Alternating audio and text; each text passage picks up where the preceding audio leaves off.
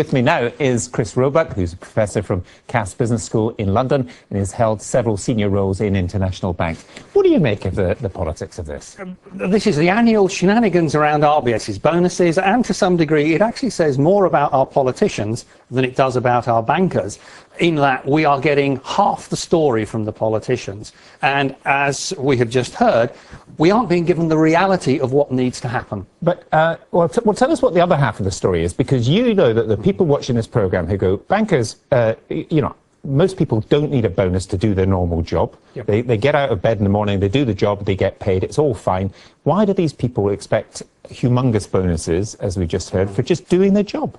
The system that has grown up in most of international banks, not just British banks, but across the world, is effectively that they are almost on a commission sales basis. So you don't get any money unless you do the deal and unless you deliver the profit to the bank. Now, the core issue about this particular group of bankers is RBS does probably only half of its business in UK. These people are dealing with that other half of business, which is massive deals around the world. Compared to their American and Asian counterparts, they are actually underpaid.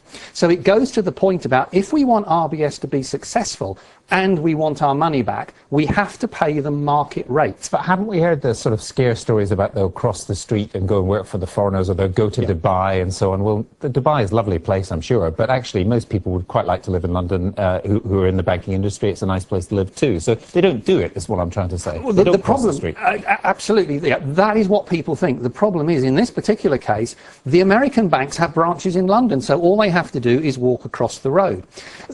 I would absolutely agree with the concept that if we could reduce the differential between bankers' pay and everybody else's pay across the world without putting British banking at risk, then that would be a good idea. But to do that, we need an agreement from, say, the G20, and that is unlikely to happen.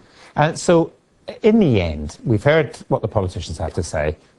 Even though this is, to a large extent, public money as far as RBS is concerned, are most bankers just going to get the bonuses that they, quote, deserve, unquote, at least according to their bosses?